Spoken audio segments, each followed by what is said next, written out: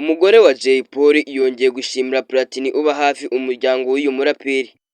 Ni nyuma y'uko uyu Jay Polly yitabye Imana mu mwaka wa 2021 ubwo bari barimo bashyingura uyu muraperi mu muhango wo kumuherekeza. Bamwe mu bafashe ijambo hari abiyemeje ko bazaba hafi uyu muryango wa Jay Polly nubwo adahari, bavuga yuko bazahamubera aho atari. Gusa umugore wa Jay Polly ubwo yari arimo ashimira Platini, hari n'abantu bamwe yanenze cyane avuga yuko batubahirije amasezerano bagiranye, ahubwo aho kugira ngo bafashe umuryango wa Jay Polly nk'uko babyemeje baba bashaka ahubwo wo ubafashe. Ese wakibaza abo ni bande? Reka turebere hamwe mw'iki kiganiro. Uyu mugore wa Jay Polly ubwo yabivugaga yanavuze yuko hari abiyemeje yuko bazafasha umuryango wa Jay Polly bitewe n'amarangamutima bari bafite, imosiyo bari bafite muri ako kanya kubera uwari wabuze. Ariko nyuma yaho ibyo bavuze ntabwo babishyize mu bikorwa, ahubwo bavuze yuko babitewe n'amarangamutima bari bafite. Reka tubirebere hamwe. Nimba ari ubwa mbere ugeze kwica no nguhaye ikaze. Mbabazi Sharifa wari umugore wa Jay Polly yashimiye bikomeye Platini nk'uko nabikubwiye wita ku muryango wa nyakwigendera. Icyakora anaboneraho umwanya wo kugaya abatarabashije gushyira mu bikorwa ibyo bemeye mu muhango wo guherekeza uyu muraperi bwa nyuma.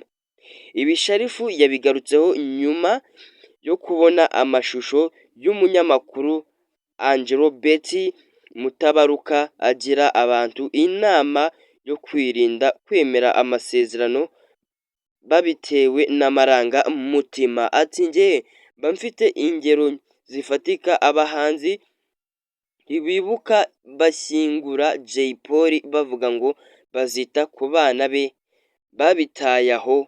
Abantu barabeshya, hari abavugisha shwa n'amarangamutima y'ahantu hapfuye umuntu cyangwa se habaye ubukwe, bityo bakaza bakiyemeza amasezerano ariko ntibazayashyire mu bikorwa.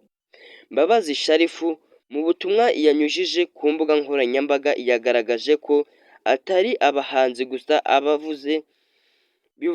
abavuze amagambo yo kubeshya, ahubwo n'abandi bose batanze amasezerano abayasohoje aba ari imbarwa.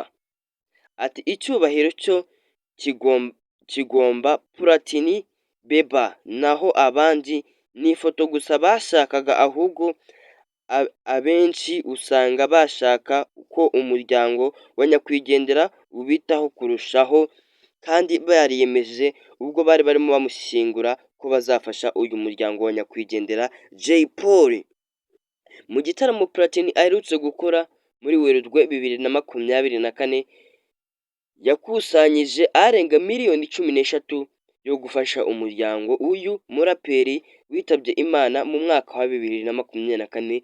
Jay Polly yitabye Imana asize abana babiri yabyaranye n'abagore babiri barimo Mbabazi Sharifa ari nawe babanaga mbere yo kwitaba Imana, ndetse na Nirere Afasa wamenyekanye nka Fifi ari nawe wamubyariye imfura yiwe. Ibi ngibi rero umugore wa Jay Polly yabigarutseho ko uyu munsi ni ubutumwa yanyujije ku mbuga nkoranyambaga ziwe zigiye zitandukanye.